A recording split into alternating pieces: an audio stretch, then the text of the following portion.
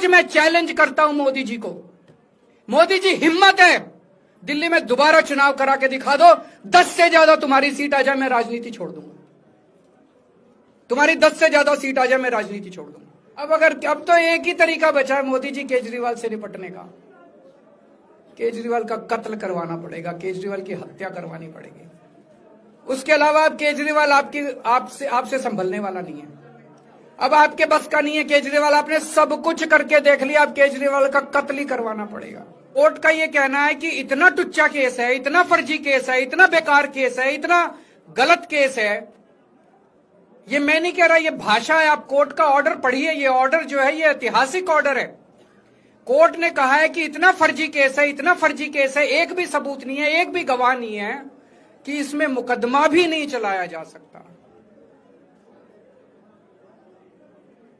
ये पूरा षड्यंत्र किसने रचा, क्यों रचा?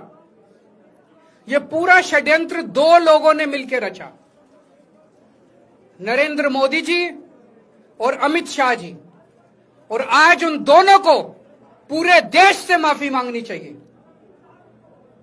उन दोनों ने मिलकर षड्यंत्र रचा कि आम आदमी पार्टी को खत्म किया जाए, आम आदमी पार्टी को बर्बाद किया जाए। और उस षड्यंत्र के तहत आजाद भारत का सबसे बड़ा और सबसे घिनौना षड्यंत्र रचा उन लोगों ने। वो देख रहे थे कि दिल्ली में वो हमें नहीं हरा सकते। वो देख रहे थे कि दिल्ली की जनता हमारे कामों से बहुत खुश है। वो देख रहे थे दिल्ली में कामों की राजनीति के आधार पर वो कहीं खड़े नहीं होते। तो उन्होंने एक षड्यंत्र रचा। जनता जानती है कि केजरीवाल ईमानदार, उन्होंने कहा केजरीवाल की ईमानदारी पे चोट करो। जनता जानती है कि आम आदमी पार्टी ईमानदारी, उन्होंने कहा आम आदमी पार्टी की ईमानदारी पे चोट करो। उन्होंने आम आदमी पार्टी को खत्म करने के लिए षड्यंत्र रचा और बोले केजरीवाल बेईमान है, केजरीवाल बेईमान है, केजरीवाल बेईमान है, केजरीवाल ने शराब घोटाला किया, केजरीवाल पैसे खा गया, केजरीवाल ने 100 करोड़ रुपए खा लिए।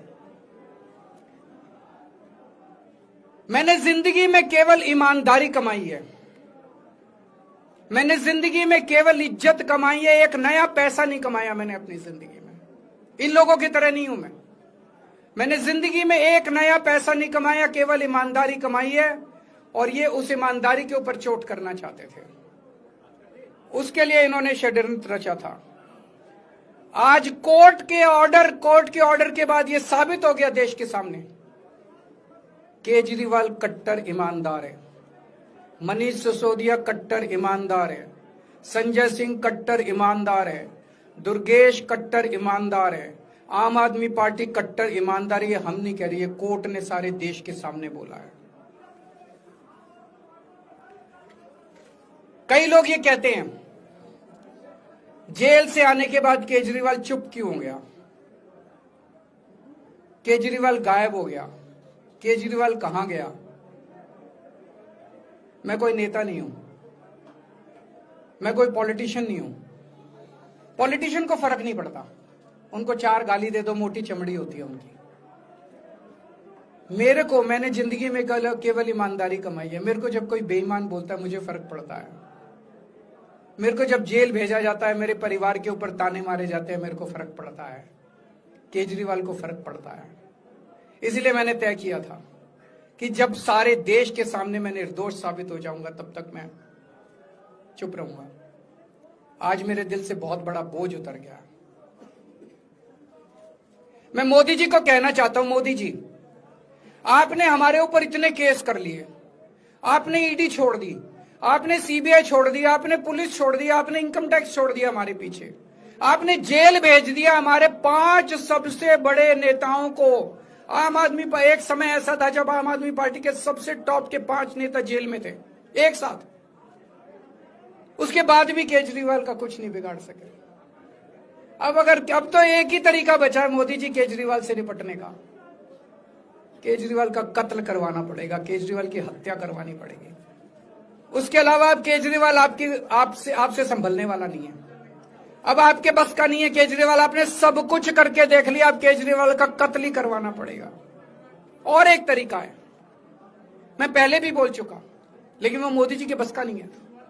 मैंने 500 स्कूल बनवाए दिल्ली में, आप 5000 स्कूल बनाओ। मैंने दिल्ली की सड़कें अच्छी करी, आप पूरे देश की सड़कें ठीक कर दो, देखो केजरीवाल को कोई पूछेगा ही नहीं। केजरीवाल ने 200 मोहल्ला क्लिनिक बनाया, 20,000 मोहल्ला क्लिनिक बनाओ। आप तो देश के प्रधानमंत्री हो, अरे अच्छे काम करो ना। वो नहीं होता मोदी जी से, वो मोदी जी से नहीं होता। मैं उनको कहना चाहता हूं, प्रधानमंत्री जी, केवल सत्ता की जो प्रधानमंत्री मोदी जी की और अमित शाह जी की सत्ता की हवस है, ये उसका नतीजा है जो ये षड्यंत्र रचा गया। हम इंपॉर्टेंट नहीं है, हमारा परिवार भी इंपॉर्टेंट नहीं है, लेकिन मोदी जी और अमित शाह जी के षड्यंत्र का खामियाजा जो दिल्ली भुगत रही है, दिल्ली के 3 करोड़ लोग भुगत रहे हैं, उसकी भरपाई कौन करेगा? आज दिल्ली में कहीं चले जाओ, सारी सड़कें टूटी पड़ी हैं, अस्पतालों में दवाइयां मिलनी बंद हो गई हैं, मोहल्ला क्लिनिक बंद किए जा रहे हैं, स्कूलों का बुरा हाल हो रहा है। पूरे दिल्ली में पोल्यूशन इतना ज्यादा कभी दिल्ली की जनता ने नहीं देखा था। यमुना का बहुत बुरा हाल हो गया है। एक चीज बता जो तो दिल्ली में इन्होंने ठीक करी हो, पूरी दिल्ली का बेड़ा गर्क कर दिया। सबसे बड़ा खामियाजा मोदी जी और अमित शाह जी की सत्ता की हवस, उसका सबसे बड़ा खामियाजा दिल्ली के 3 करोड़ लोगों ने भुगता है। दिल्ली के लोगों से जाके पूछो। आज मैं चैलेंज करता हूं मोदी जी को, मोदी जी हिम्मत है, दिल्ली में दोबारा चुनाव करा के दिखा दो, 10 से ज्यादा तुम्हारी सीट आ जाए, मैं राजनीति छोड़ दूंगा। तुम्हारी 10 से ज्यादा सीट आ जाए, मैं राजनीति छोड़ दूंगा। दिल्ली की जनता त्रस्त हो चुकी है तुम लोगों से।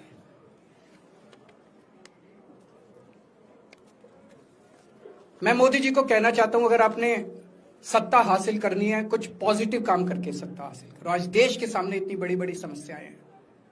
आज देश का युवा दुखी है, देश का व्यापारी दुखी है, देश का उद्योगपति दुखी है। आज अमेरिका हमें आंखें दिखा रहा है। मोदी जी की हिम्मत नहीं है जो ट्रंप के खिलाफ एक शब्द बोल दे। ट्रंप के खिलाफ रोज ट्रंप गालियां देता है मोदी जी को, रोज ट्रंप गालियां देता है भारत को, रोज ट्रंप गालियां देता है हमारे देश को। मोदी जी के हमारा प्रधानमंत्री भीगी बिल्ली बना हुआ है। अरे देश संभालिए ना, आपको हमने देश चलाने को दिया था और आप केजरीवाल में उलझ गए, आप आम आदमी पार्टी में उलझ गए। पॉजिटिव काम करके सत्ता हासिल कीजिए, ये नेगेटिव काम करना बंद कीजिए। अगर आपके कोई 1-2 प्रश्न है तो। क्या आपको उम्मीद है कि आप ईडी के मामले को भी? ईडी मामला खत्म हो गया। सीबीआई के मामले के बेस पे ईडी था, वो अब फॉर्मेलिटी बची है। हम अगले हफ्ते एप्लीकेशन डालेंगे, ईडी का मामला खत्म हो जाएगा।